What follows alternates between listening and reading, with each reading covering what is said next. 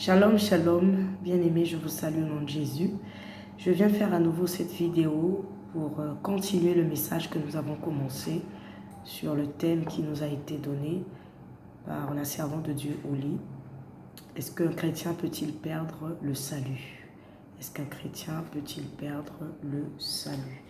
Alors, bien-aimés, nous avions vu sur notre première vidéo que cela était possible au travers des Écritures. Nous avons eu à lire des textes de la part de Dieu que nous avons reçus, qui nous montrent que lorsque nous marchons en ennemi de la croix, lorsque nous marchons contrairement à la parole de Dieu, bien-aimés, il est possible que nous perdions le salut. Et nous l'avons lu dans le texte de Philippiens 3, à partir du verset 17 jusqu'au verset 19. Alors nous allons continuer sur ce message par la grâce de Dieu. Nous allons voir comment est-ce que nous pouvons perdre le salut. Bien que nous l'avons déjà expliqué dans la première vidéo, que cela est possible, que lorsque le chrétien se détourne de la parole, lorsque le chrétien ou l'enfant de Dieu se détourne des Écritures, il est possible. Et comment cela peut se faire, bien aimé, cela est faisable lorsque le chrétien ne se répand pas. Lorsque nous marchons en ennemi de la croix, lorsque nous faisons ce qui est contraire à la parole de Dieu et que nous ne nous ressaisissons pas, nous ne nous repentons pas de nos œuvres, nous ne revenons pas au Seigneur, bien-aimé, il est possible de perdre le salut. Il est possible de perdre le salut. Et la parole de Dieu nous le montre. Nous allons lire un texte, Colossiens 2, à partir du verset 6 jusqu'au verset 7. Nous allons lire la parole du Seigneur dans ma version parole de vie. Je lis la parole de Dieu. La Bible dit ceci au verset 6. Vous avez reçu le Christ Jésus comme Seigneur. Eh bien, vivez unis à lui. Voilà la recommandation qui nous est donnée. Toujours l'apôtre Paul, bien-aimé dans le Seigneur, qui écrit ce livre. Paul écrit aux Colossiens, voilà, aux chrétiens de Colosse. Donc, la Bible dit, vous avez reçu le Christ Jésus comme Seigneur, comme Maître. Eh bien, vivez unis à lui. Voilà la recommandation qui est donnée. Nous avons reçu le Christ comme Maître. Nous avons reçu le Christ comme Seigneur. Vivons unis à lui. Vivons unis à Christ. La Bible dit au verset 7, plongez vos racines en lui. Dans notre version, il est écrit, enracinez-vous en lui. Donc, plongez vos racines en lui. Construisez votre vie sur lui. Restez solidement dans la foi qu'on vous a apprise. Et remerciez Dieu avec beaucoup d'ardeur. Voilà ce qui nous est recommandé par l'apôtre Paul. Il dit que nous avons reçu le Christ Jésus comme notre Seigneur, comme notre Maître de nos vies. Nous avons accepté qu'il dirige notre vie. Nous avons accepté qu'il coordonne notre vie. Nous avons accepté qu'il oriente notre vie. Et c'est alors qu'il dit, vivez unis à lui. Nous devons vivre unis à Christ. Être uni à quelqu'un, c'est de s'associer à cette personne, c'est de se conformer aux principes de cette personne, c'est de faire ce que cette personne demande. Alors nous serons unis. C'est de voir de la même façon que cette personne. Donc être uni à Christ, c'est exactement marcher comme Christ le veut, c'est faire ce que Christ demande, c'est d'avoir les pensées de Christ, c'est de faire exactement ce que Christ attend. Et la Bible nous demande également de plonger nos racines en lui, donc de nous enraciner en Christ, de nous enraciner dans la parole de Dieu, de nous enraciner dans l'évangile de Christ, de ne pas nous détourner, de construire notre vie sur lui.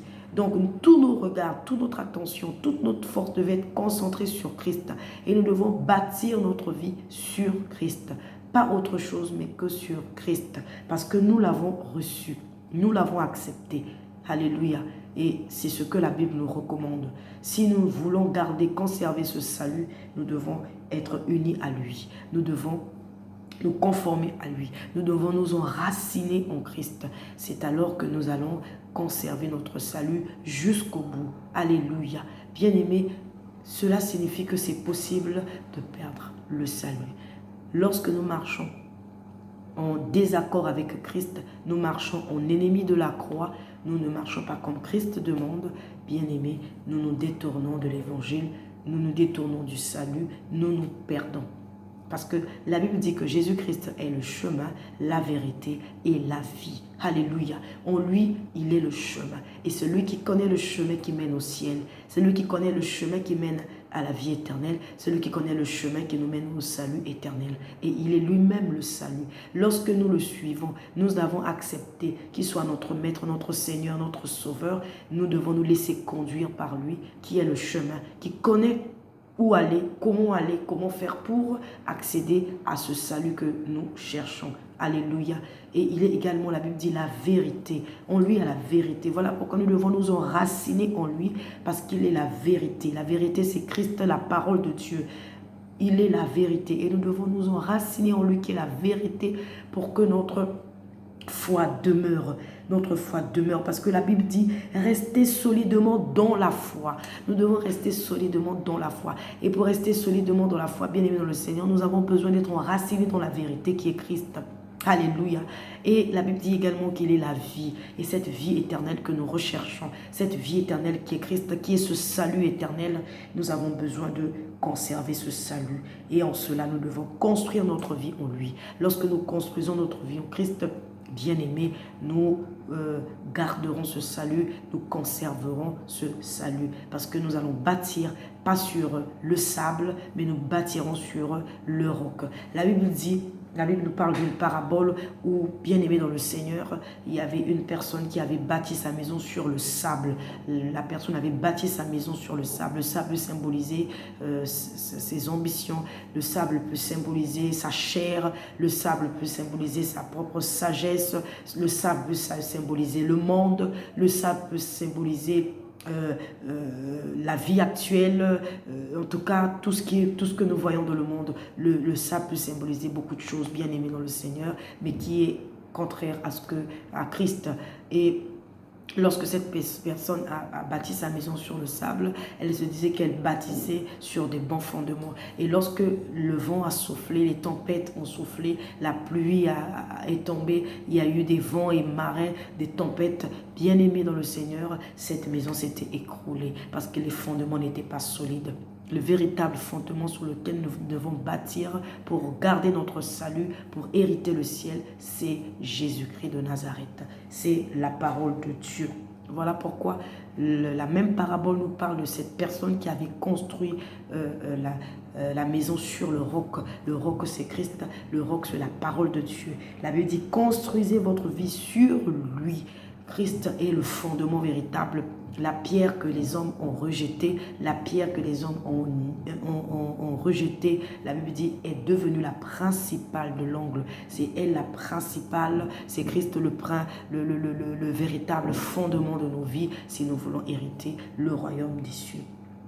Alors lorsque cette personne a bâti sa maison sur le roc, sur Christ, lorsqu'il y a eu des vents, des tempêtes, des persécutions, les problèmes, les difficultés de la vie, tout ce qui pouvait arriver, bien aimé dans le Seigneur, cette personne a résisté, sa maison a résisté. Elle a résisté à la tentation, elle a résisté aux vents et marées, elle a résisté à la tempête et la maison est restée intacte. Alors bien aimé, c'est cette image avec laquelle on va finir pour conclure sur ce message. Que un chrétien, oui, il peut perdre le salut si et seulement si il se détourne de la parole, si et seulement si il se détourne de la vie de Christ, si et seulement si il marche en ennemi de la croix, si et seulement si il repart dans ce qu'il a eu à vomir, si et seulement si il marche contrairement aux Écritures, ce chrétien peut perdre ce salut. Et surtout si ce chrétien ne se répand pas, s'il ne revient pas à Christ, s'il ne revient pas à Christ, s'il ne revient pas à ses sentiments, s'il ne se repent pas de ses mauvais actes, de ses mauvaises œuvres, ce chrétien perdra son salut. Donc, nous avons répondu à la question par la grâce de Dieu au travers des Écritures que cela est possible. Alors, nous allons lire un dernier texte dans Colossiens, le chapitre 3. Le premier verset, la Bible dit ceci, c'est avec le Christ que vous avez été réveillés de la mort. Cherchez donc les choses d'en haut, là où le Christ se trouve assis à la droite de Dieu. Le but de votre vie est en haut et non sur la terre. Amen. Bonjour, Alain.